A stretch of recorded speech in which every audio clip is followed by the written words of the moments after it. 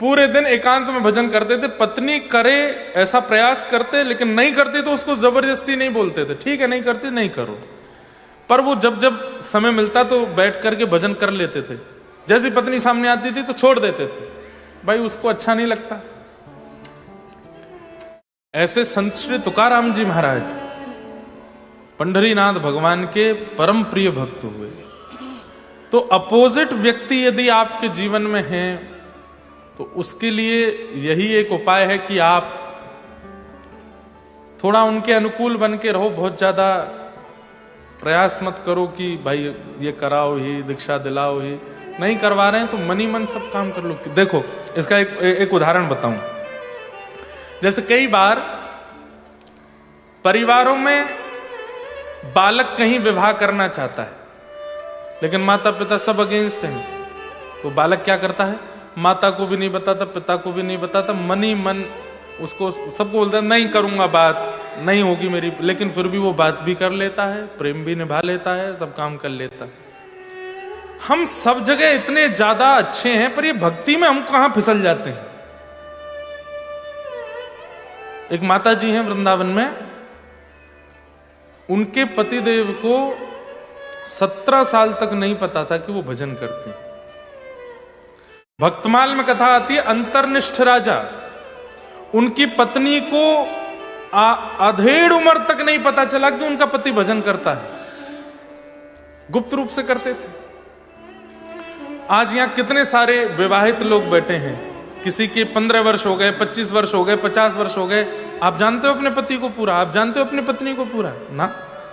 कई बातें ऐसी होंगी जो आज तक आपको भी नहीं पता, गोपनीय है। ऐसे ही भक्ति को गोपनीय कर लो।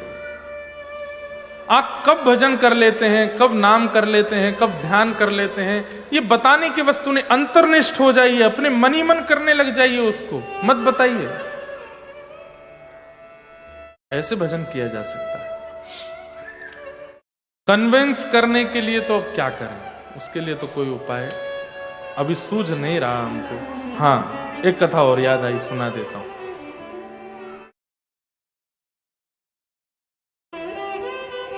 इसको खोलने का कोई पर्पस है, बार बार ये थोड़ा बंद रहता है तो हमको आवाज कम आती है। एक ना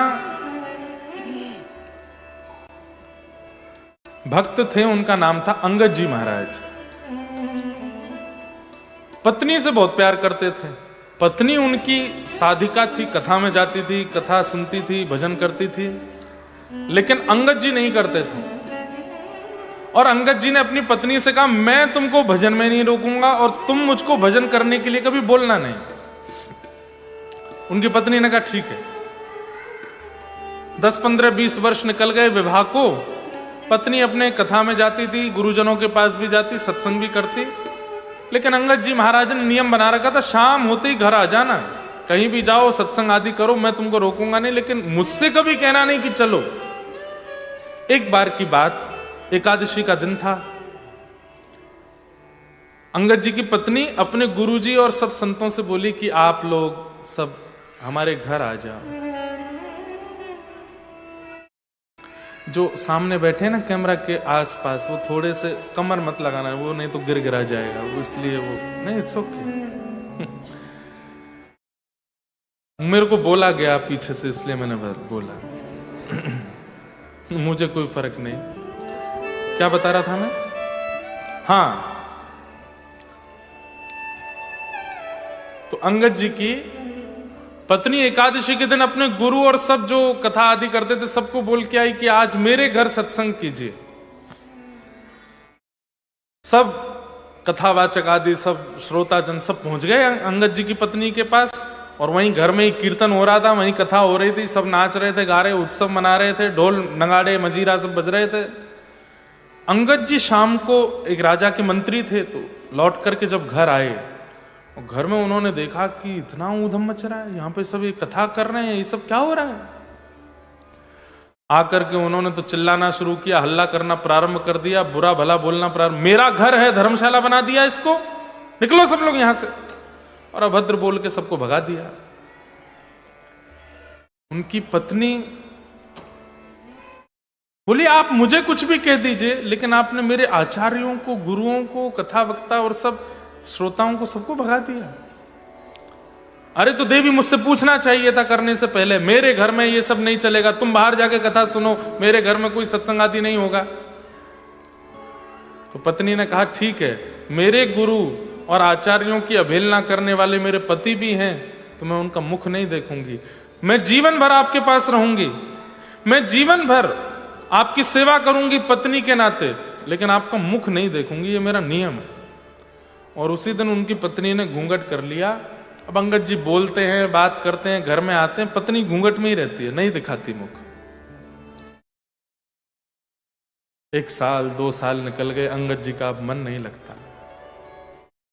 अंगद जी बोले क्या करें, घर जाने की इच्छा भी नहीं होती, पत्नी बात ही नहीं करती है, मौन हो गई है, शांत हो गई है, बस रोटी बना के दे देती है, वस्त्र दे देती है, जो मेरी जरूरतें हैं उनको पूरी कर देती है, बाकी ना मुझसे बात करना, मुझको देखना, कुछ भी नहीं।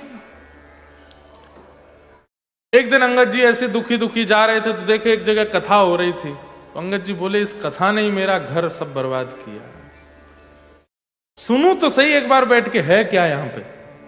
अंगद जी जाकर के जैसे ही बैठे कथा में, थोड़ी देर सुनते सुनते सुनते, इतना 1-1.5 वर्ष बाद, 2 वर्ष बाद पहली बार उनको बड़ी शांति लगी, बहुत सुख मिला।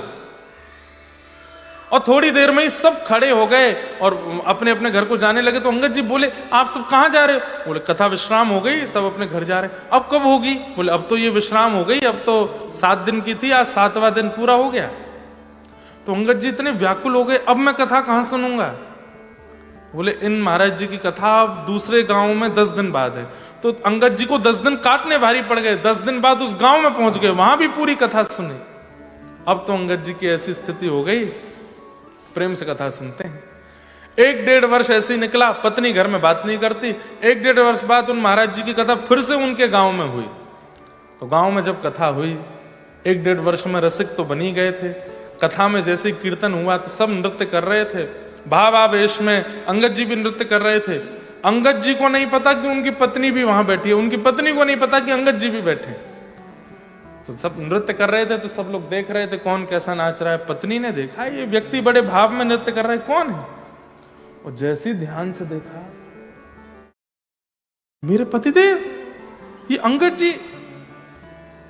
और इतने भाव में नृत्य, नेत्रों से अश्रु गिर रहे हैं। जब इस अवस्था में देखा तो समझ गए ये बदल चुके हैं।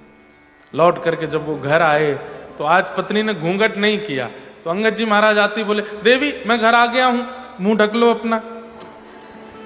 तो पत्नी बोली अब नहीं छुपाना मुंह, आप जब हरि विमुख थे तो मुंह छुपाया था, अब आप हरि सन्मुख हो गए तो अब क्यों छुपाऊं? देख लीजिए मेरा मुखारबिंद, 2 साल से नहीं देखा आपने। अंगद जी ने देखा, देख के क्या बोले, देवी पता नहीं अब पहले जैसे देखने की इच्छा भी नहीं हो रही है। ठाकुर जी की जब से कथा चित्त में आई है, अब तो बस उन्हीं को देखने की इच्छा है। इतनी प्रसन्न हो गई उनकी पत्नी। और अंगद जी और उनकी पत्नी ने खूब फिर आगे और भी चरित्र है। महाप्रभु जगन्नाथ जी से ये मिले, इन्होंने मणि ठाकुर जी को उपहार में दी। तो बस ऐसे ही तरीका है, ठाकुर जी से प्रार्थना करो कि जो हमारे हैं वो कैसे भी आपके हो जाएं। किन्हीं का प्रश्न है कि मुझे एंजाइटी, घबराहट बहुत होती है, डर जाती हूं बहुत, प्लीज हेल्प मी, मुझे उपाय बताइए। आप अगर हो सके तो गजेंद्र मोक्ष का पाठ किया करो। जिनका भी ये भाव है, YouTube पर गजेंद्र मोक्ष चलाइए और उसका PDF अपने हाथ में लीजिए, साथ साथ में उसका पाठ किया कीजिए। और दूसरा है नारायण कवच। गजेंद्र मोक्ष और नारायण कवच, इन दोनों का पाठ करना प्रारंभ कर दीजिए। घबराहट, डर, एंजाइटी, डिप्रेशन, ये सबसे उभरने में बहुत सहायक होगा। और तीसरा, चलते फिरते उठते बैठते खाते पीते जॉब पर कहीं भी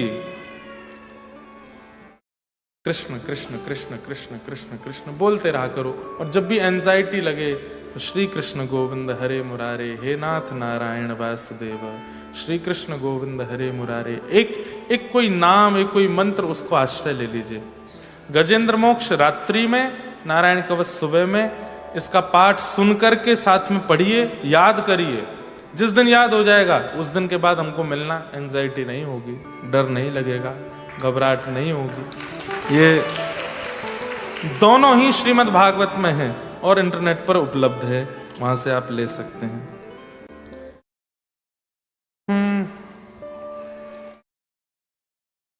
बहुत सारे प्रश्न हो गए आज।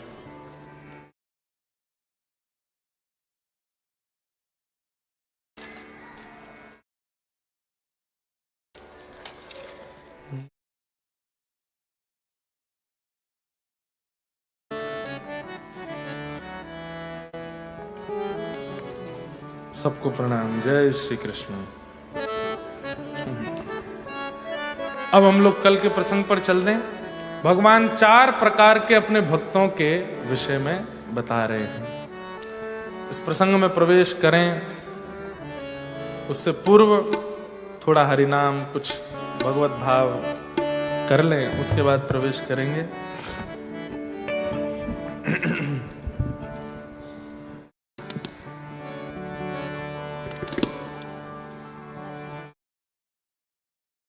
हरि का भजन करो, हरि है हमारा। हरि का भजन करो, हरि है हमारा। करताल बजा के गाओ। हरि का भजन करो, हरि है हमारा। हरि का भजन करो, हरि है हमारा। हे हरि नाम लेने वाला, हरि नाम लेने वाला, हरि नाम गाने वाला, हरि नाम गाने वाला। हे हरि का है प्यारा। हरि का भजन करो, हरि है हमारा। हरि का भजन करो, हरि है हमारा। हरि नाम से तेरा काम बनेगा। हरि नाम से तेरा काम बनेगा। हरि नाम ही तेरे साथ चलेगा। हरि नाम ही तेरे साथ चलेगा। हरि नाम लेने वाला, हरि नाम लेने वाला, हरि नाम गाने वाला, हरि नाम गाने वाला। हरि का है प्यारा। हरि का भजन करो, हरि है हमारा। हरि का भजन करो, हरि है हमारा। श्री राधा गिरधर लाल की।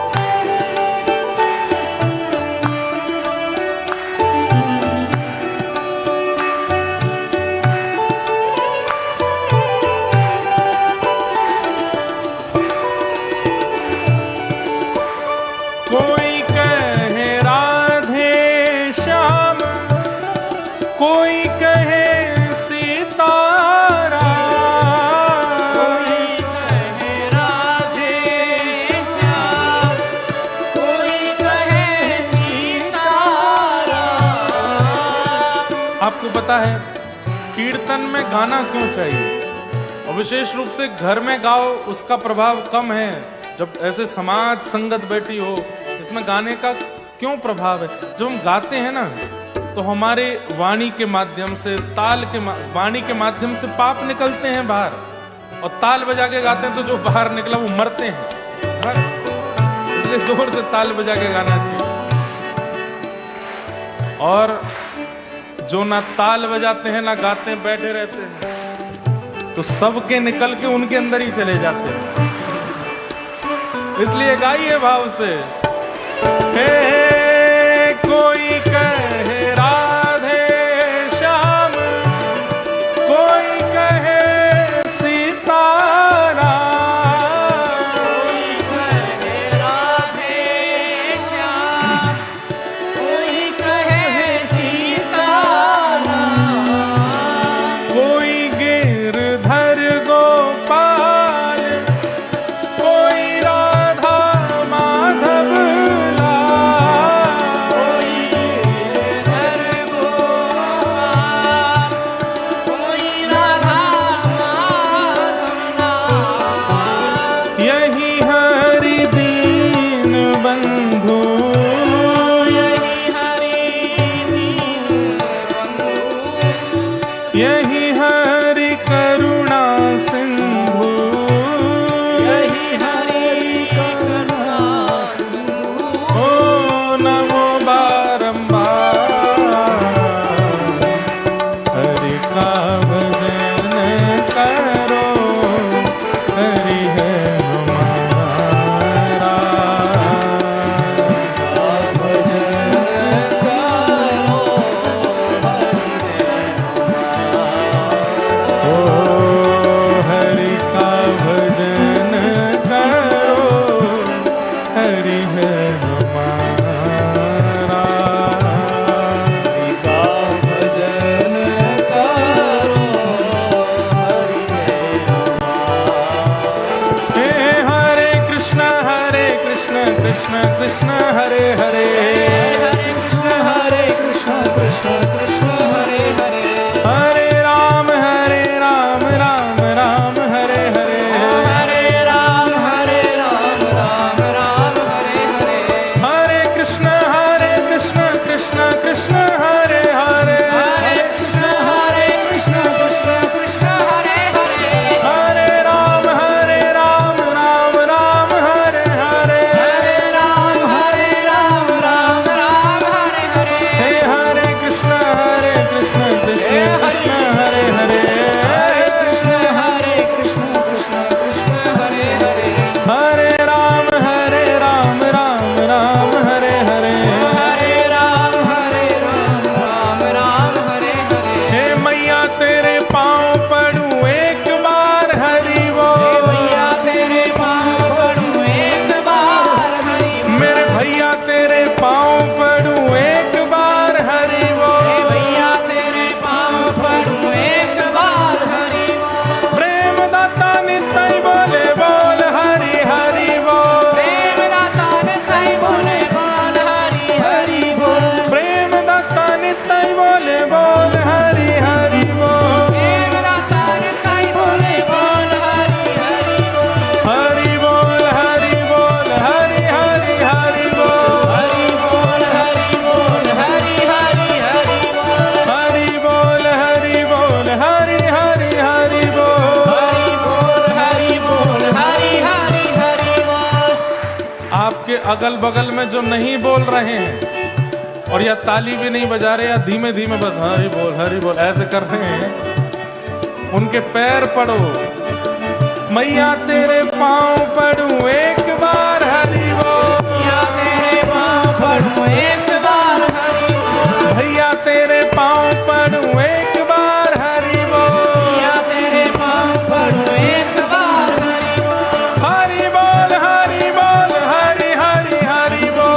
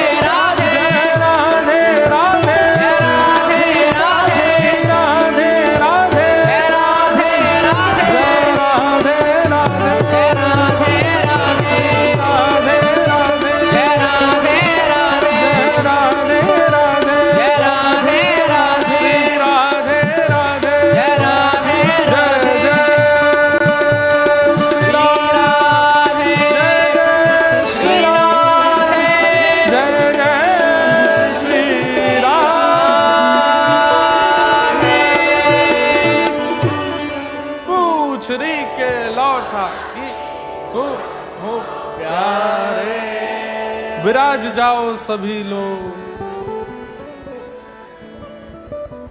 हरि का भजन करो, हरि है हमारा, हरि का भजन करो, हरि है हमारा। तो कल हम लोग कथा में श्रवण कर रहे थे कि देवभूति माता कपिल भगवान दोनों का संवाद चल रहा है और भगवान अपने 4 प्रकार के विशिष्ट भक्तों के विषय में बता रहे हैं, जिसमें सबसे पहले भगवान ने तामसिक, उसके बाद राजस और फिर सात्विक। कितने लोगों को याद हैं तीनों? बस अरे झूठ में ही हाथ खड़े कर दो, कौन सा परीक्षा लेने हैं। कल कितने लोग नहीं आए थे वो हाथ ऊपर करो। तो कल की कथा आप लोग YouTube पर सुन लेना, हाँ, और एक बार जरूर सुन लेना। 4 प्रकार के ठाकुर जी के भक्त होते हैं, जिसमें ठाकुर जी को 2 प्रकार के नहीं प्रिय हैं और 2 प्रकार के प्रिय हैं। कौन कौन से प्रिय नहीं है? तामसिक और राजस। तामसिक भक्त किसको कहते हैं थोड़ा सूक्ष्म में बता दूं, जो कथा भी सुनते हैं, मंदिर भी जाते हैं, नियम भी करते हैं, लेकिन सारे उल्टे सीधे काम भी करते हैं। सब खाते पीते भी हैं, उल्टा सीधा सब करते भी हैं। कोई नियम में कहीं भी उनको ये नहीं लगता कि ये पाप है, ये मुझे नहीं करना चाहिए, ये अनुचित है। ऐसी विचारधारा जिनकी नहीं होती, जो सब कार्य करने में भी योग्य होते हैं। तामसिक हिंसा करते हैं, पाखंड करते हैं, ईर्ष्या करते हैं। इस प्रकार के लोगों को तामसिक भक्त कहते हैं। ठाकुर जी कहते हैं मुझे प्रिय नहीं, जैसे रावण। दूसरा है राजस, जो भगवान से केवल मांगने के लिए जाता है। ठाकुर जी को ATM मशीन समझ रखा है। यहां पर नारियल चढ़ा दो, पैसे चढ़ा दो, ठाकुर जी से डील कर लो। आप मेरा ये काम करा दो, सोने का छत्र चढ़वा दूंगा। आप मेरा ये काम करा दो, पोशाक लगवा दूंगा। आप मेरा ये काम करा दो, 56 भोग करा दूंगा। आप मेरा ये काम करा दो, दूध की धारा से परिक्रमा कर दूंगा। मतलब ठाकुर जी उसके लिए कोई बहुत ग्रीडी है क्या कि भाई ये करो मेरे लिए तो मैं तुम्हारा काम करूं? ऐसा नहीं। इस प्रकार के लोग कौन हैं? राजस, जो केवल ऐश्वर्य, यश, कीर्ति, इन सब के लिए ठाकुर जी का भजन करते हैं। फिर आता है सात्विक, जो हर क्रिया के पीछे ये विश्वास करता है कि मेरी सामर्थ्य नहीं थी, ठाकुर जी ने कराया। मेरी योग्यता नहीं थी, ठाकुर जी ने कराया। मैं तो केवल प्रयास कर रहा हूं, मैं तो योग्य ही नहीं हूं, ठाकुर जी करा रहे। इस प्रकार की भावना रखने वाला सात्विक। अब ठाकुर जी कह रहे हैं मैया, अब मैं आपको चौथे भक्त के बारे में बता रहा हूं जो मुझे बहुत प्रिय है। और ये चौथा भक्त कौन है? लक्षणम भक्ति योगस्य निर्गुणस्य हृदाहतम अहैतुक्य व्यवहिता या भक्ति पुरुषोत्तम। ये चौथे प्रकार के भक्त कैसे होते हैं मैया? इनमें भक्ति के सारे लक्षण होते हैं। भक्ति के लक्षण कौन कौन से होते हैं? वाग्गद्गदा द्रवते यस्य चित्तम रुदत्य वीक्षणम हसति क्वचिच्च विलज्ज उद्गायत नृत्यते च मद्भक्ति युक्तो भुवनम पुनातु। वाग्गद्गदा, मेरी कथा सुनते सुनते जिसकी वाणी गदगद हो जाए, मेरी बातें करते करते जिसका कंठ भरावे। द्रवते यस्य चित्तम, मेरी याद में जिसका चित्त द्रवित रहता है। वाग गदगदा द्रवते यस्य तम रुदत्य भिक्षणम, कभी भी रोने लग जाता है मुझे याद करके। हसती क्वचिच्च, कभी प्रसन्न हो जाता है मेरे वैष्णव भक्तों को देख के। विलज्ज उद्गायत नृत्य तेज, मेरे कीर्तन में लज्जा रहित होकर के नृत्य करता है, कीर्तन करता है। मदभक्ति युक्तो भुवनम पुनातु, मैया ये मेरे चौथे प्रकार के भक्त हैं जिन्हें मैं निर्गुण भक्त कहता हूं। और ये निर्गुण भक्त कैसे होते हैं?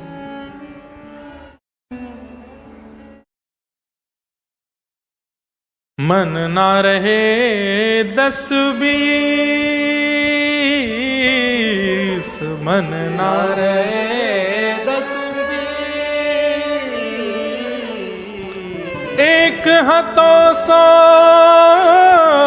गयो श्याम संग, सो गयो श्याम संग, को राधे कोई मन ना रहे 10-20। गोपियां व्रज की कह रही हैं, निर्गुण भक्त का लक्षण क्या है? एक मन काम में लगा लिया, एक मन घर में लगा लिया, एक मन बेटे में लगा लिया, एक मन पत्नी में लगा लिया, एक मन बच्चों में लगा लिया, एक मन पैसे में लगा लिया और एक मन वृंदावन में भी लगा लिया। गोपियां कहती हैं 10-20 मन है क्या हमारे पास? एक ही है और वो एक में ही लगता है। गोपियां उद्धव जी से कह रही हैं एक ही था हमारे पास, एक हतो सो गयो श्याम संग, वो भी श्याम सुंदर ले गए अपने साथ। अब इस मन को कहीं और कैसे लगाएं? जब श्री कृष्ण वृंदावन छोड़ के चले गए तब उद्धव जी समझाने गए थे गोपियों को, और गोपियों से जाके बोले आप लोग जिनकी याद में रोती हैं वो परमात्मा हैं, और परमात्मा किसी एक का नहीं होता, परमात्मा विश्व का होता है, परमात्मा जगत का होता है। वे अपने कार्य को आधारित करने के लिए आगे गए हैं, आप कृपा कर अपना मन कहीं और लगा लीजिए। गोपियां बोली 10-20 मन है ना हमारे पास, एक ही है, और वो भी श्याम सुंदर ले गए अपने साथ, अब कैसे कहीं और लगा मैं?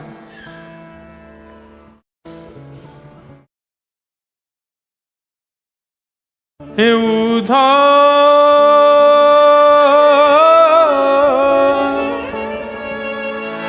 मत आइयो समझाने, उद्धव मत आइयो समझाने, जाके कांटा लगे सो ही जाके कांटा लगे सोई जाने। ये निर्गुण भक्त कैसा होता है? कृष्ण मन, कृष्ण तन, कृष्ण ही हमारो धन, मैं हूं ये इनकी भावना ही नहीं रहती। कृष्ण ही है सब, जीना कृष्ण के लिए, खाना कृष्ण के लिए, रहना कृष्ण के लिए, सर्वस्व श्री कृष्ण है मेरा, मैं उन्हीं के जीवन में हूं। जैसे भक्तिमती मीराबाई, जितने भी भक्तों के चरित्र आप सुनते हैं वे सब निर्गुण भक्त हैं, क्योंकि उनके जीवन का और कोई उद्देश्य नहीं है, वो ठाकुर जी के लिए ही जीते हैं। ऐसे निर्गुण भक्त भगवान कहते हैं ये मुझे बहुत प्रिय हैं, जिनका जन्म ही केवल मेरे लिए हुआ है, मुझे भजने के लिए, मेरे स्मरण के लिए। वो इतना प्रेम करते हैं तो मैं भी उनसे उतना ही प्रेम करता हूं, पग पग पर उनके साथ रहता हूं।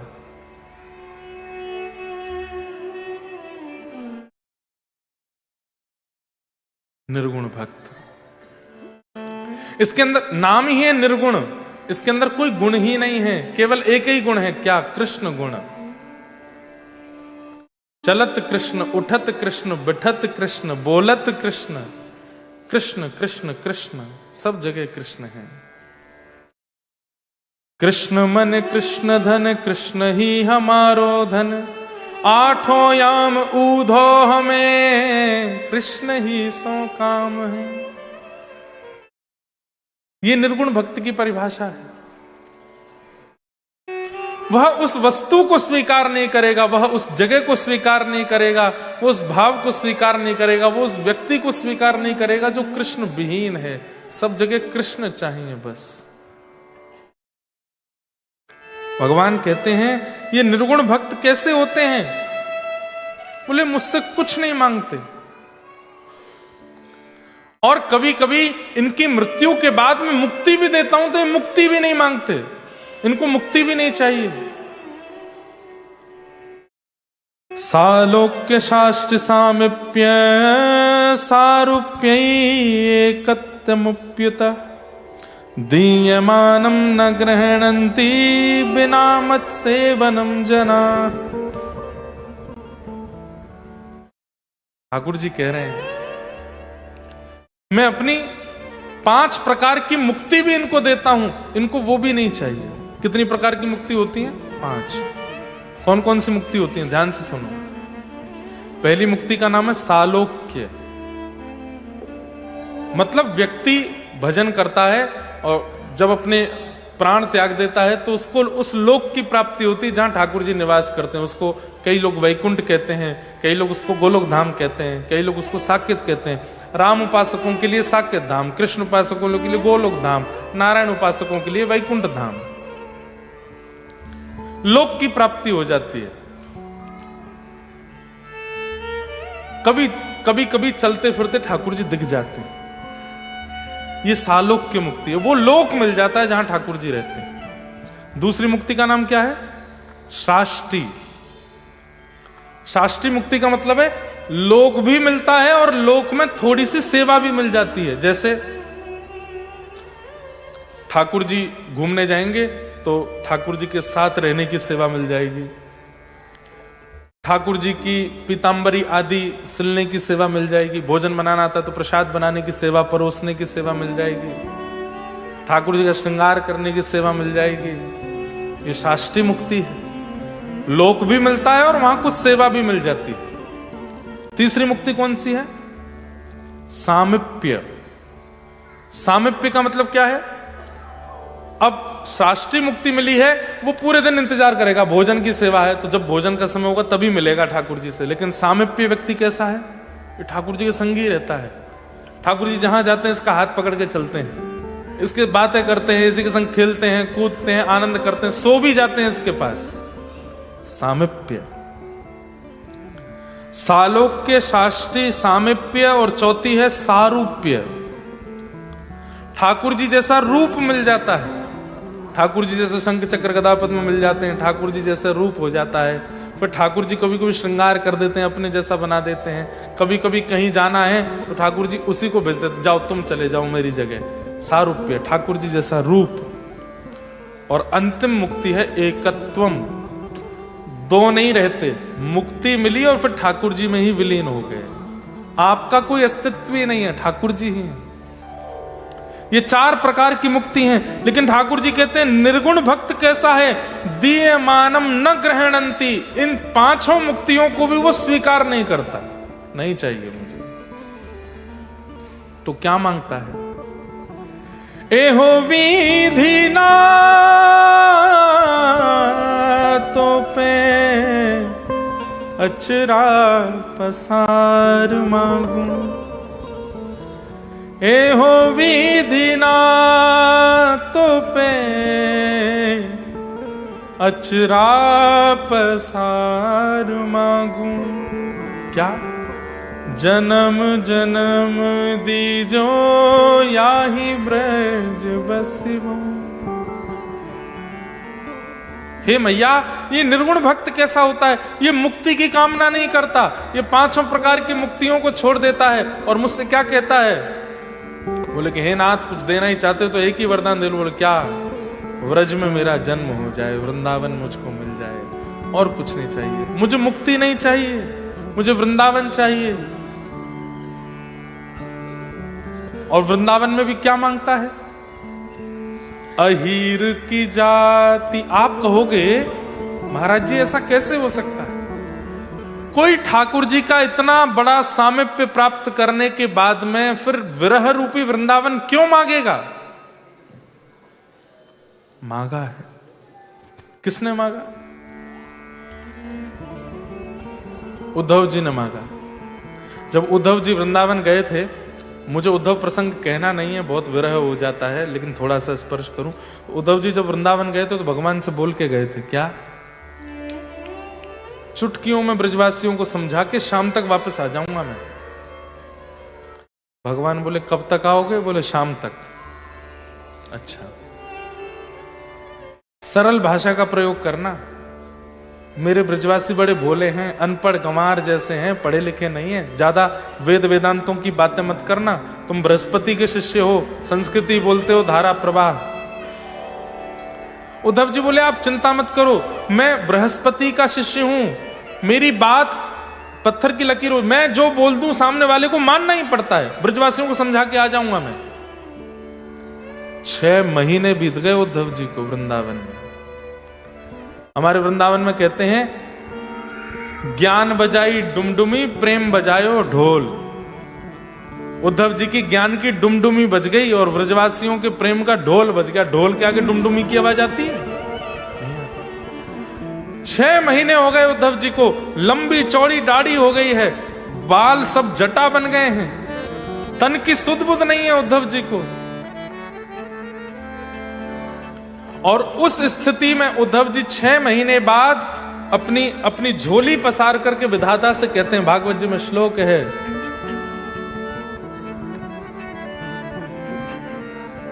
आशाम हो चरण रेणुज शाम हम शाम वृंदावने किमपि गुलमलतौषधीना। हे विधाता, मैं इन ब्रजवासी और गोपियों के चरण रज को माथे से तो लगाना चाहता हूं, लेकिन मैं योग्य नहीं हूं, कृपा करके एक वरदान मुझको दे दीजिए। बोले क्या? मेरा पुनर्जन्म हो और मैं अगले जन्म में मानव बन के ना आऊं, तो ब्रजमंडल की एक पौधा बन करके आऊं और यहां पौधा बन करके रहूं। जब जब हवा चले तो इन ब्रजवासियों की रज अपने आप आकर के मुझको सना दिया करे, ऐसी कृपा मुझ पर कर दीजिए नाथ। मुझे इस व्रज का एक पौधा बनना है। उद्धव कौन है? भगवान का परम सखा है, दैत्य सखा, और वो कह रहा है कि मुझे व्रज की एक वृंदावन का एक पौधा बना दो। इसका मतलब क्या है? मिलन से ज्यादा, संयोग से ज्यादा सुख विरह देता है। आज कथा मिल गई है आपको तो आज आप प्रसन्न हो, लेकिन जब कल से कथा नहीं होगी, कई लोग रोएंगे, कई लोग भावुक होंगे, कई लोग व्याकुल होंगे। वो व्याकुल, वो भावुकता, वो विरह, वही चित्त का मार्जन करती है, चित्त को पवित्र करता है। उद्धव जी महाराज कहते हैं, मुझे व्रजमंडल का एक पौधा बना दो। हम भी हर वर्ष अपने ठाकुर जी के उत्सव में एक पद गाते हैं, बधाई में दीजो श्री व्रजधाम, बधाई में दीजो श्री व्रजधाम। बन उपवन और मोर बानर में, बन उपवन और मोर बानर में, कहीं लिख ली जो मेरो नाम, कहीं लिख ली जो मेरो नाम। बधाई में दीजो श्री व्रजधाम, बधाई में दीजो श्री व्रजधाम। ठाकुर जी कह रहे हैं, मैया ये निर्गुण भक्त कैसे, इनको मुक्ति भी नहीं चाहिए, इनको वैकुंठ भी नहीं चाहिए, इनको स्वर्ग भी नहीं चाहिए, तो इनको मैं भी नहीं चाहिए, तो क्या चाहिए? बोले केवल मेरी याद चाहिए इनको, और मेरी याद में केवल तड़पना चाहते हैं, रोना चाहते हैं, विरह में रहना चाहते हैं, बस मुझे याद करना ही इनका सर्वधन होता है। ये निर्गुण भक्त है। मैया कहते हैं, ये आपको कैसे लगते हैं? तब ठाकुर जी कहते हैं, अनुब्रजाम में हम नित्यम पूये ये तन्य रेणु भी। बोले जैसे गैया के पीछे पीछे बछड़ा चलता है, ऐसे निर्गुण भक्त मेरे पीछे नहीं चलता, इसके पीछे पीछे मैं चलता हूं। ये जहां जाता है मैं इसके संगी रहता हूं। एक क्षण के लिए भी इसका त्याग नहीं करता। मां, ये मुझे अतिशय प्रिय है, ये मुझे प्राणों से भी ज्यादा प्रिय है। ऐसे निर्गुण भक्त। कल हम प्रसंग सुन रहे थे, व्रजमंडल में एक रसिक हुए, बंगाल से आए थे, इंदु भूषण वसु। नंदगांव गए, वृंदावन गए, ठाकुर जी नहीं मिले तो फिर स्वप्न आदेश हुआ कि उत्तर की ओर जाओ। उत्तर में क्या है? बरसाना। और बरसाना में जाकर के जब श्री जी के द्वार पर पहुंचे तो द्वार पर ही एक छोटी सी लाली प्रसाद लेके खड़ी पीछे पड़ गई। बाबा तेने बहुत दिना तक छुपाया ना पाले। बात मान के जब पा लिया, भीतर जाके देखा तो उसी पोशाक में किशोरी जी, और थाल देख करके पुजारी जी बोले ये तो श्री जी को थाल है, तो पे कैसे आए हो? तो उन्होंने कहा कि लाली आई थी बाहर, ऐसी पोशाक थी, समझ गए कि किशोरी जी थी। बरसाना के साकरी खोर क्षेत्र में जाकर के वो बाबा रहने लगे। वहीं रह करके हाँ राधा, हाँ राधा, हाँ राधा कहकर के जब रुदन करने लगे, देखते हैं कभी कोई ब्रजवासी प्रसाद लेकर के आ जाता है, कभी कोई महात्मा प्रसाद लेके आ जाता है, कभी छोटे छोटे बालक प्रसाद लेकर के आ जाते हैं।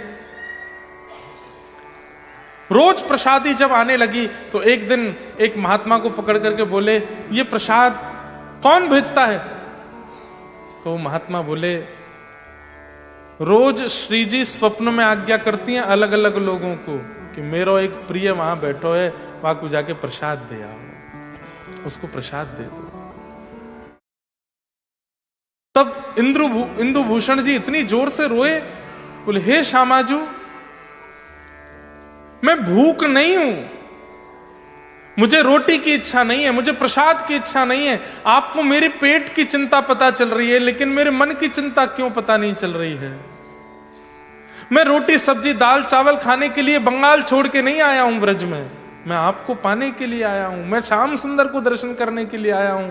कृपा करो हे स्वामी जी, दर्शन दो।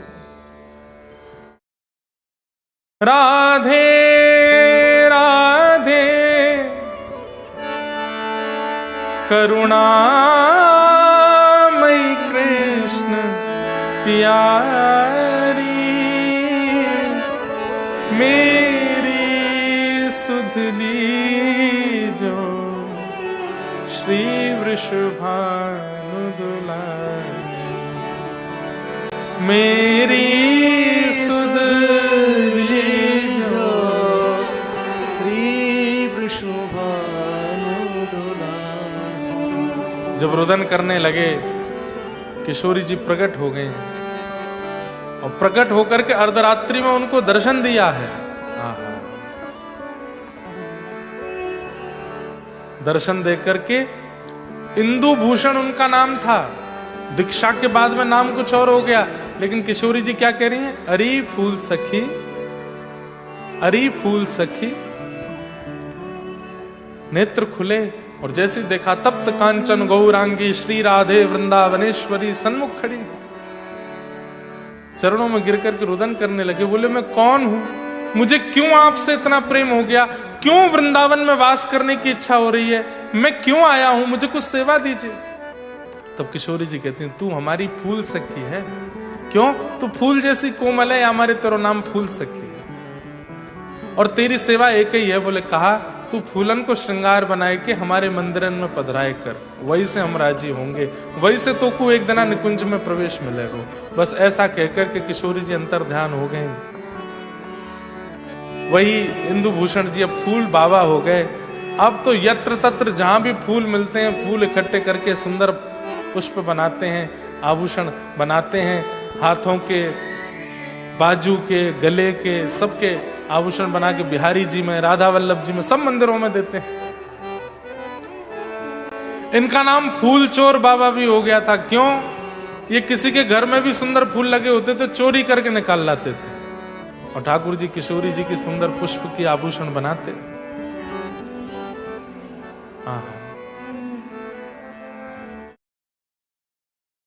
इसका प्रमाण क्या था कि ठाकुर जी इनकी फूल की सेवा स्वीकार करते हैं? इसका प्रमाण क्या था कि ठाकुर जी इनकी फूल की सेवा से अति प्रसन्न होते हैं? इसका प्रमाण था इनकी लगन जो नित्य प्रति लगी रहती थी ठाकुर जी के चरणों में, ठाकुर जी के इस भाव में। और अगर इनकी फूल की माला नहीं आती थी तो ठाकुर जी स्वयं प्रकट होकर के इनसे कहते कि आज तेने पुष्प की हार नहीं पहनाए थे, और ये वहीं पहना देते। और मंदिर में जब कपाट खुलते तो ठाकुर जी को वहीं पुष्प के आभूषण पहुंच जाते थे। ऐसा इनका जीवन रहा। इस प्रकार भजन करते करते फूल बाबा एक दिन ठाकुर जी में विलीन हो गए। अब तो संतों की जमात आने लगी, चारों तरफ महात्मा सब बैठे थे। तभी आप जा नहीं रहे थे, बस प्रार्थना कर रहे थे, हे श्यामाजू मुझे लेकर के चलो। सब संत महात्मा बैठे थे, तभी आप रुदन करने लगे। सबने पूछा कहाँ गए हो बाबा? बोले किशोरी जी आ गए, ठाकुर जी आ गए। सब संत बोले हमको तो दर्शन नहीं हो रहे हैं बाबा। बोले आप सब बैठ के कीर्तन करो, बस ठाकुर जी आए, मैंने सेवा कर दूं। आपने माला पहनाई, माला पहना करके आपने कुछ पवाया ठाकुर जी को। पवाने के बाद में किसी से कहा मेरे हाथ धुला दो। जैसे ही हाथ धुलाए तो कुछ नहीं था हाथ में, लेकिन जब हाथ धुलाए तो हाथों से ठाकुर जी की प्रसादी जो वस्तु थी, चावल दाल आदि, उन सबके अवशेष छूटने लगे हाथ से। ये दृश्य सबने देखा और तभी आप ठाकुर जी के चरणों में प्रणाम किए और बिना किसी को ठाकुर जी का दर्शन हुए फूल सकी वहीं से ठाकुर जी की नित्य लीला में प्रविष्ट हो। इन्हें कहते हैं निर्गुण भक्त, जिन्हें कुछ नहीं चाहिए। ठाकुर जी का नित्य प्रेम, नित्य विहार, बस इसी में जिनको सुख मिलता है, ये निर्गुण भक्त हैं। ठाकुर जी कहते हैं ऐसे निर्गुण भक्तों को मैं एक क्षण के लिए भी नहीं छोड़ता, सदा उनके संगी रहता हूं। अनुब्रजम में हम नित्यम पूये ये तन्य रेणु भी।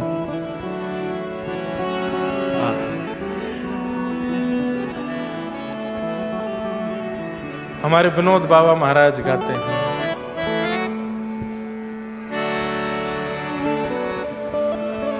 मेरो मन लगे बरसाने में, जहाँ विराजे राधा।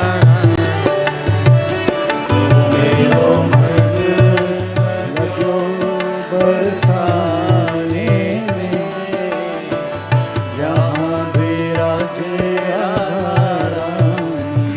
इस प्रकार चार भक्तों का ये प्रसंग अब पूर्ण होगा और एडिलेड की कथा भी विश्राम की ओर है। बड़े प्रेम और भाव से सब लोग गाइएगा। अगली साल अब आएंगे एडिलेड, खूब प्रेम और भाव से संकीर्तन करते हुए आज के सत्र को विश्राम देंगे।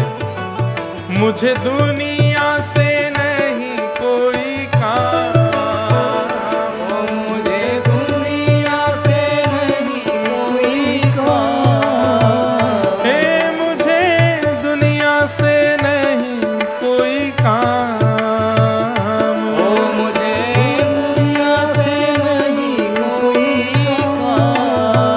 हो मैं तो रटूं राधा राधा नाम,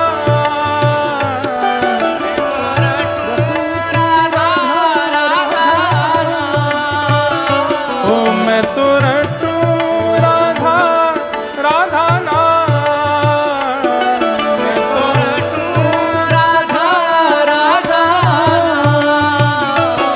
दर्शन करूं सुबह शाम, दर्शन करूं सुबह शाम। ओ मेरे मन में विराजे श्याम दीवानी,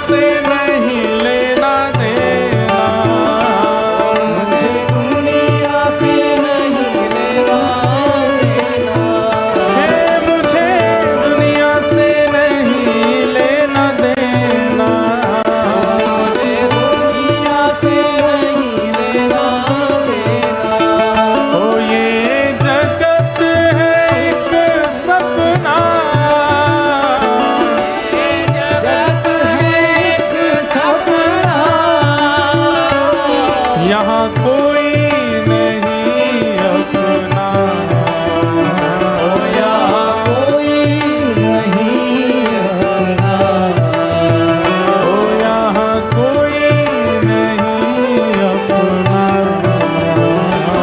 यहाँ कोई नहीं अपना।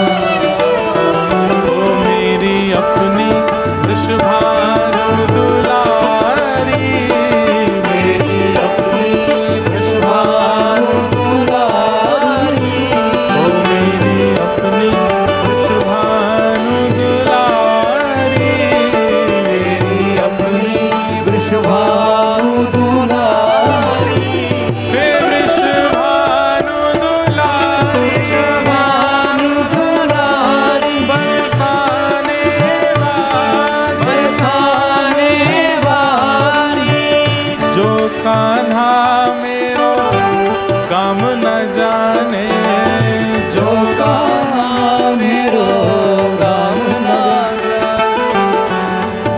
आप में से कितने लोग नहीं जानते किशोरी जी को गाम कौन सा है?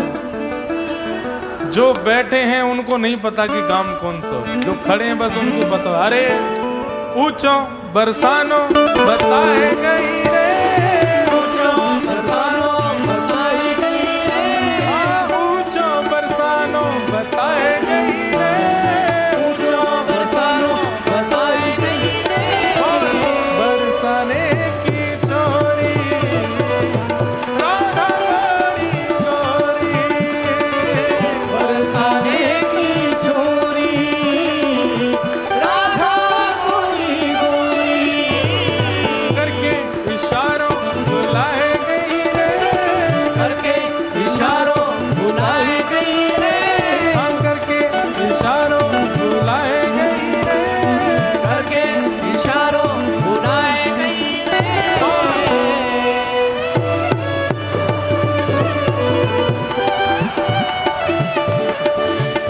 हे बरसाने की छोरी राधा गोरी गोरी, बरसाने की छोरी राधा गोरी गोरी,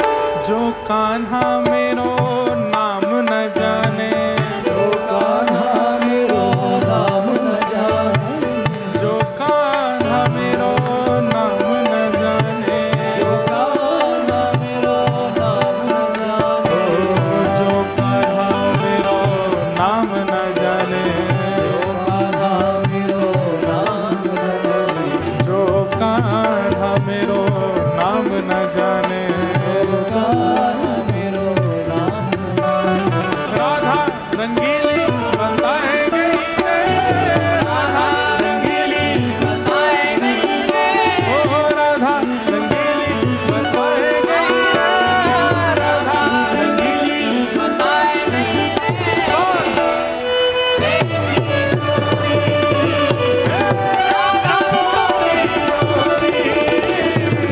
बरसाने की छोरी राधा गोरी गोरी, हो करके इशारों बुलाए गई रे, करके इशारों बुलाई गई रे, हो करके इशारों बुलाए गई रे, करके इशारों बुलाई गई रे, बरसाने की छोरी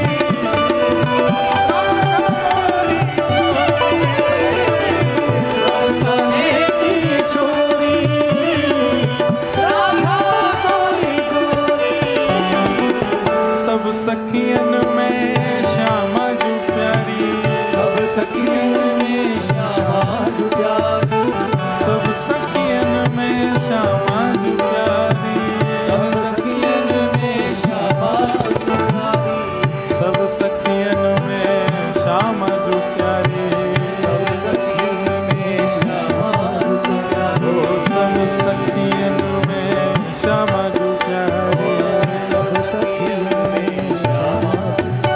अरे मोहन के मन को भाए गई रे, मोहन के मन को भाए गई रे, हाँ मोहन के मन को भाए गई रे, मोहन के मन को भाए गई रे, बरसने की चोरी,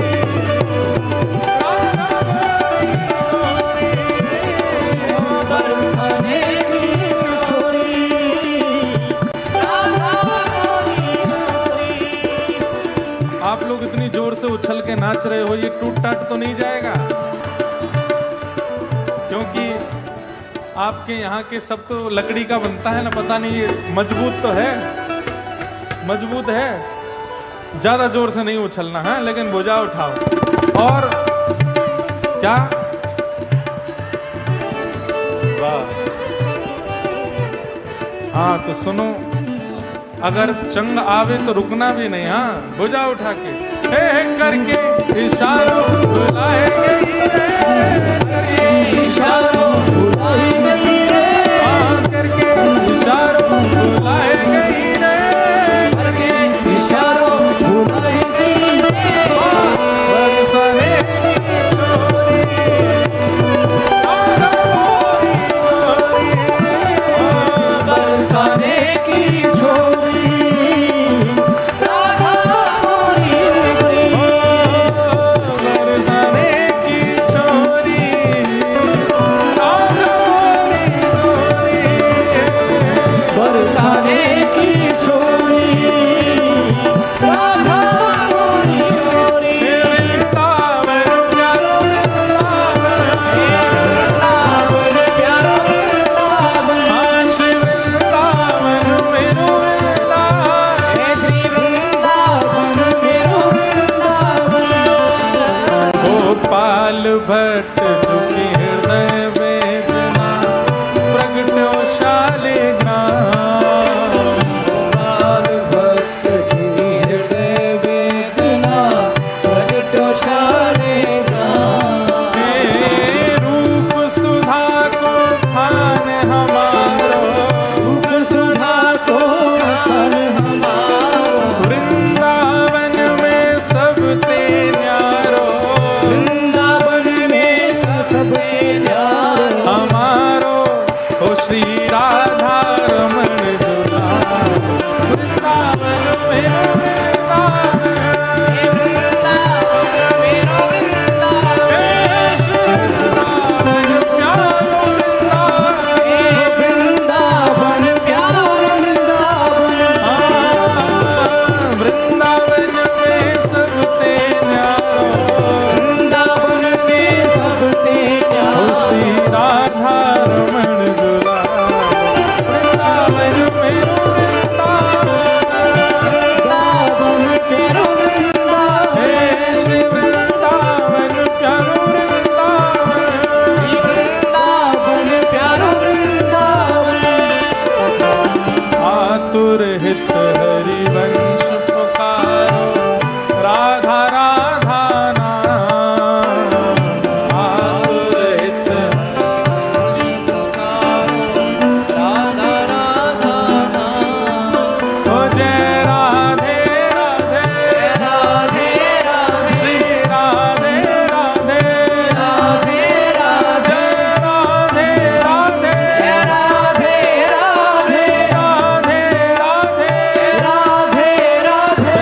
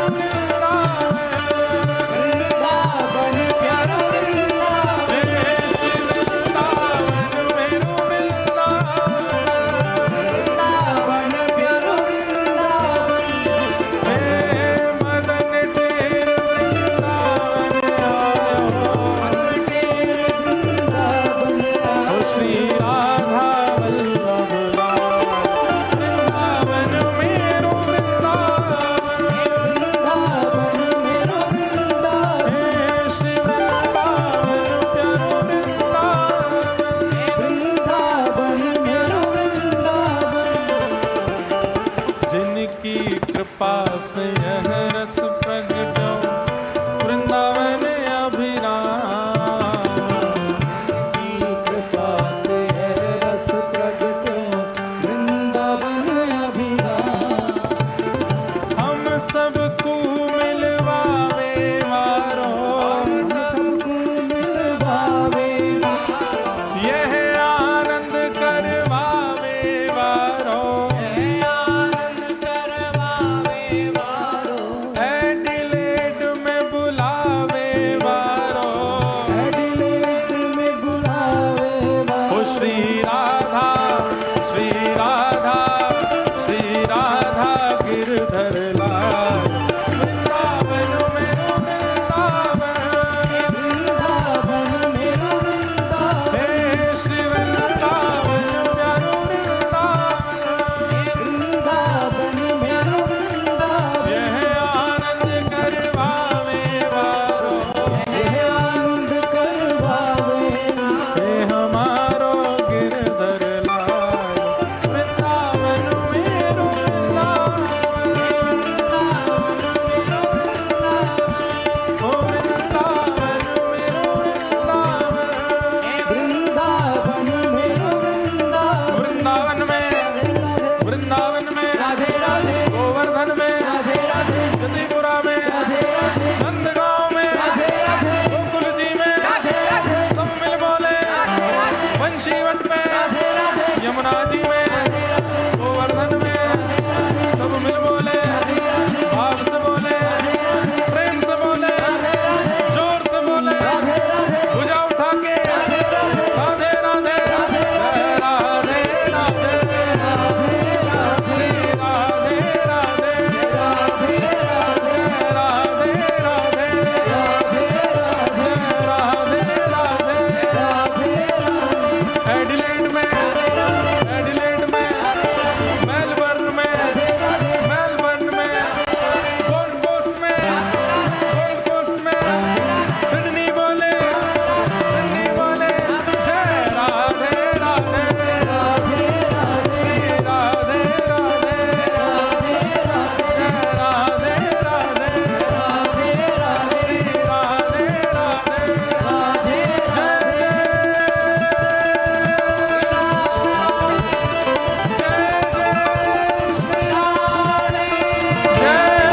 जय श्री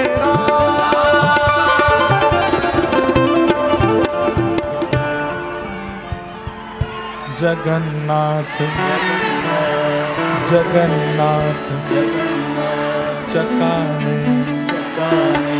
जगन्नाथ चकाने नीलाचल मरे तू न संभाले तो हमें कौन संभाले। हो तू न संभाले तो हमें कौन संभाले। हाँ तू न संभाले तो हमें कौन संभाले। तू न संभाले तो हमें कौन संभाले। हे मेरी ये नैया है अब तो तेरे हवाले। मेरी नैया है अब तेरे हवाले। मेरी ये नैया है अब तो तेरे हवाले।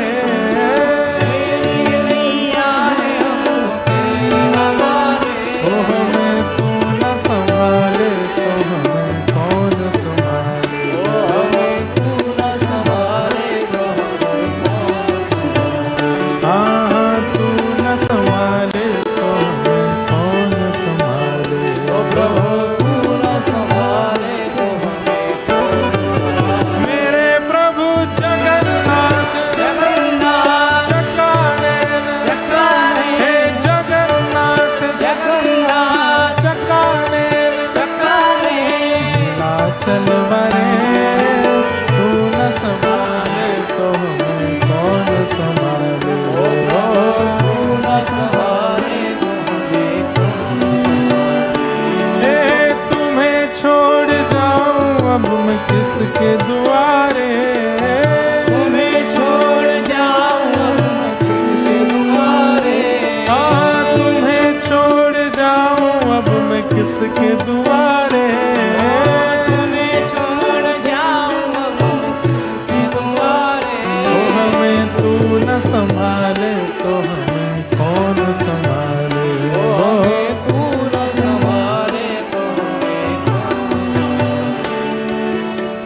हम लोगों का टाइम बस 10 बजे तक है and we have only 5 minutes. ऊंचे स्वर में बोल दो जगन्नाथ चक्कानेन जगन्नाथ चक्कानेन नीलाचल वरे तू न संभाले तो हमें कौन संभाले